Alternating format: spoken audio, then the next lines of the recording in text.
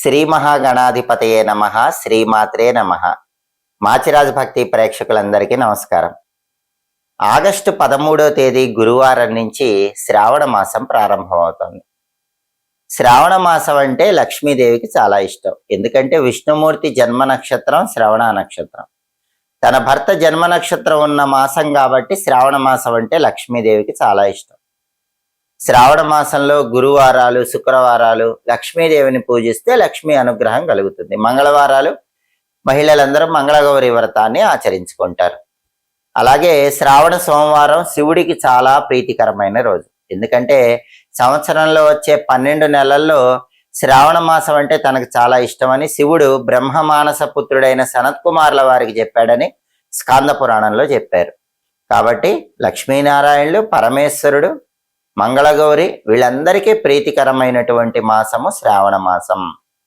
శ్రావణ మాసంలో గృహ నిర్మాణం ప్రారంభిస్తే ధనలాభం కలుగుతుందని మత్స్య పురాణంలో చెప్పారు. అలాగే ఆడవాళ్ళు చాలా మంది నోములు, వ్రతాలు చేసుకుంటూ ఉంటారు. వాటికి కూడా శ్రావణ మాసం చాలా అనుకూలమైనటువంటి మాసం.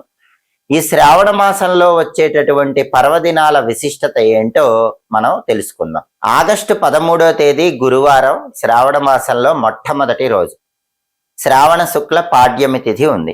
శ్రావణ శుక్ల పాడ్యమి రోజు ఎలాంటి ముఖ్యమైన విధి విధానాలు పాటిస్తే, ఎలాంటి పూజలు చేసుకుంటే అదృష్టం కలిసి వస్తుందో ఈ వీడియోలో మనం తెలుసుకుందాం. ఆగస్టు 13 గురువారం శ్రావణ శుక్ల పాడ్యమి. శ్రావణ మాసంలో మొట్టమొదటి రోజు పరమావ్రతము అనే ఒక వ్రతం చేస్తే అద్భుత ఫలితాలు కలుగుతాయని భవిష్య పురాణంలో చెప్పారు. రోటక వ్రతం అనే ఇంకొక వ్రతం చేస్తే విశేషమైన శుభ ఫలితాలు కలుగుతాయని స్కాంద పురాణంలో, నారద పురాణంలో చెప్పారు. కాబట్టి భవిష్య పురాణం, స్కాంద పురాణం, నారద పురాణం ఈ 3 పురాణాలను ప్రామాణికంగా తీసుకుంటే శ్రావణ మాసం మొట్టమొదటి రోజు ఎవరైనా సరే చేయాల్సిన 2 వ్రతాలు ఉన్నాయి. ఒకటి పరమావ్రతము, 2 రోటక వ్రతము.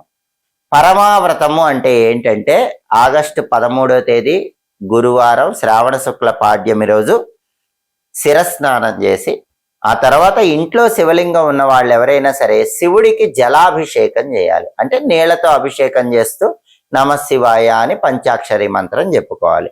స్ఫటిక శివలింగమైనా, పాదరస శివలింగమైనా, నర్మదా బాణలింగమైనా, బంగారు శివలింగం, వెండి, రాగి, ఇత్తడి, కంచు, పంచలోహాలు ఏ శివలింగం ఇంట్లో ఉన్నా సరే ఆ శివలింగానికి జలంతో అభిషేకం చేయాలి. ఆ తర్వాత ఏం చేయాలంటే ఒక రాగి చెంబు తీసుకొని ఆ రాగి చెంబులో నీళ్లు పోసి అందులో కొన్ని పుష్పాలు వేసి దాన్ని ఒక కలశంలా భావిస్తూ ఎవరైనా పండితుడికి ఆ రాగి చెంబును దానం ఇవ్వాలి. దక్షిణతో పాటు నీరు పోసినటువంటి రాగి చెంబు అంటే ఆ కలశాన్ని దానంగా ఇవ్వాలి. శివుడికి నీళ్లతో అభిషేకం చేసి ఆ తర్వాత పండితుడికి ఈ కలశము రాగి చెంబులో నీళ్లు పోసి దానం ఇస్తే దీన్ని పరమావ్రతము అనే పేరుతో పిలుస్తారని భవిష్య పురాణంలో చెప్పారు. దీన్ని పరమావ్రతం అని ఎందుకన్నారంటే అత్యున్నతమైనటువంటి ఫలితాలు ఇస్తుంది కాబట్టి దీన్ని పరమావ్రతం అన్నారు. ఎలాంటి ఫలితాలు ఇస్తుందంటే జీవితంలో చాలా మంది ఏ సమయంలో ఏ నిర్ణయం తీసుకోవాలో తెలియక ఇబ్బంది పడుతూ ఉంటారు. సరైన సమయంలో సరైన నిర్ణయం తీసుకోవటానికి, ఆ నిర్ణయం వల్ల అనుకూల ఫలితాలు రావటానికి ఈ పరమావ్రతం అనేది అద్భుతంగా సహకరిస్తుందని భవిష్య పురాణంలో చెప్పారు. అంటే మనం సరైన నిర్ణయం తీసుకోలేక ఇబ్బంది పడుతున్నప్పుడు శ్రావణ మాసం మొట్టమొదటి రోజు ఇలా పరమావ్రతం చేసుకుంటే సరైన నిర్ణయం తీసుకోగలుగుతాం. అలాగే ఈ శ్రావణ శుక్ల పాడ్యమి రోజు స్కాంద పురాణం, నారద పురాణం ప్రకారం రోటక వ్రతం చేయాలి. రోటక వ్రతము అంటే ఏంటంటే ఇంట్లో శివలింగం ఉన్నా, ఈశ్వరుడి చిత్రపటం ఉన్నా, శివలింగానికి లేదా ఈశ్వరుడి చిత్రపటానికి మారేడు దళాలతో, తులసి దళాలతో పూజ చేస్తూ నమశివాయ మంత్రం చెప్పుకోవాలి. ఎవరికైనా నల్ల కలువ పువ్వు లభిస్తే అది శివుడికి చాలా ఇష్టం కాబట్టి నల్ల కలువ పువ్వు ఒకటి శివలింగం దగ్గర లేదా శివుడి చిత్రపటం దగ్గర ఉంచాలి. నల్ల కలువ పువ్వు లభించకపోయినా మారేడు దళాలు, తులసి దళాలు వీటితో శివుడికి పూజ చేసుకోవచ్చు. జిల్లేడు పూలు దొరికితే జిల్లేడు పూలతో పూజ చేసుకోవచ్చు. నమశివాయ మంత్రం ఒక 21 సార్లు చదివి ఆ తర్వాత పరమేశ్వరుడికి ఒక ప్రత్యేకమైనటువంటి నైవేద్యాన్ని సమర్పించాలి. ఆ నైవేద్యం ఏంటంటే 5 రొట్టెలు నైవేద్యంగా సమర్పించాలి. ఈ రొట్టెలు ఎలా తయారు చేయాలంటే గోధుమ పిండితో కానీ బియ్య పిండితో కానీ రొట్టెలు తయారు చేయాలి. రోటకములు అంటే రొట్టెలు అని అర్థం. శివుడికి 5 రొట్టెలు సమర్పించడం ద్వారా విశేషంగా శివానుగ్రహం పొందేటటువంటి వ్రతం కాబట్టి దీన్ని రోటక వ్రతము అనే పేరుతో పిలుస్తారు. కాబట్టి శివుడికి ఏం చేయాలంటే 5 రొట్టెలు నైవేద్యంగా సమర్పించి అందులో మీరు 2 ప్రసాదంగా తిని మిగిలిన 3 ఎవరికైనా దానం ఇవ్వాలి. ఇలా చేస్తే రోటక వ్రతం పూర్తవుతుంది. దీంతో పాటు మీకు ఇంకా వీలైతే కొన్ని రకాలైన పండ్లు కూడా నైవేద్యం పెట్టచ్చు. అరటి పండ్లు కానీ, ఖర్జూర పండ్లు కానీ, ద్రాక్ష పండ్లు కానీ, దానిమ్మ పండ్లు కానీ ఏవి నైవేద్యం పెట్టినా రోటక వ్రతంలో శివుడు తొందరగా అనుగ్రహిస్తాడు.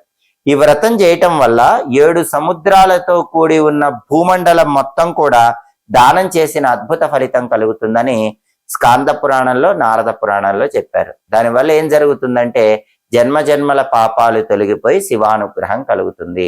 జీవితంలో ఎదురయ్యే అనేక రకాలైనటువంటి సమస్యల నుంచి చాలా సులభంగా బయటపడవచ్చు. కాబట్టి శ్రావణ శుక్ల పాడ్యమి మొట్టమొదటి రోజు ఇలా భవిష్య పురాణంలో చెప్పిన పరమావ్రతాన్ని ఆచరించండి. స్కాంద పురాణం, నారద పురాణంలో చెప్పిన రోటక వ్రతాన్ని కూడా ఆచరించండి.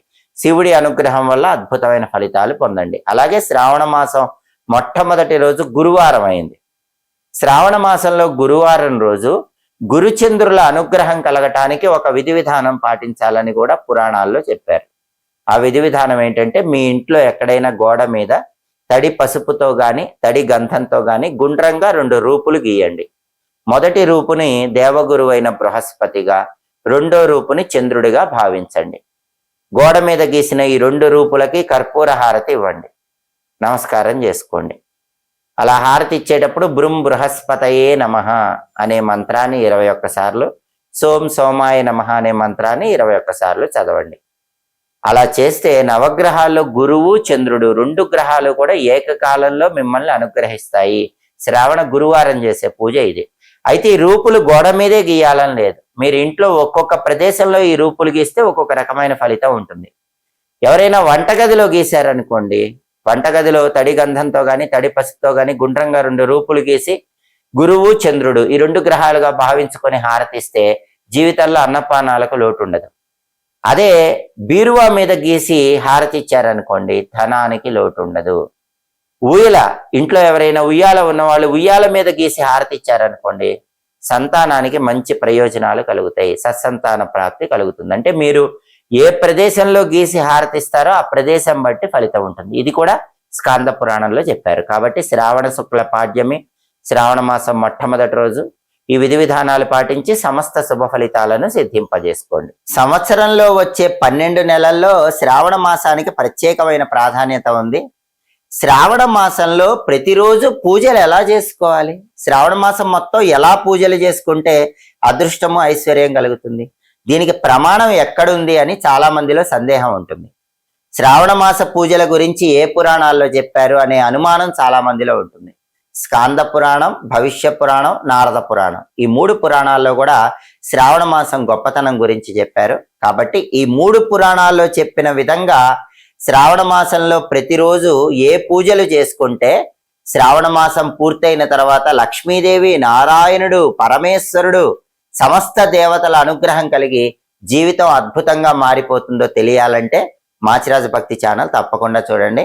మా వీడియోస్ మీకు నచ్చినట్లయితే మా ఛానల్ లైక్ చేయండి, కామెంట్ చేయండి. మా ఛానల్ వీడియోస్ 10 మంది మిత్రులకు షేర్ చేయండి. మా ఛానల్ సబ్స్క్రైబ్ చేసుకోండి. పక్కనున్న బెల్ సింబల్ నొక్కటం మాత్రం మర్చిపోకండి. సర్వే జనాః సుఖినో భవంతు. స్వస్తి.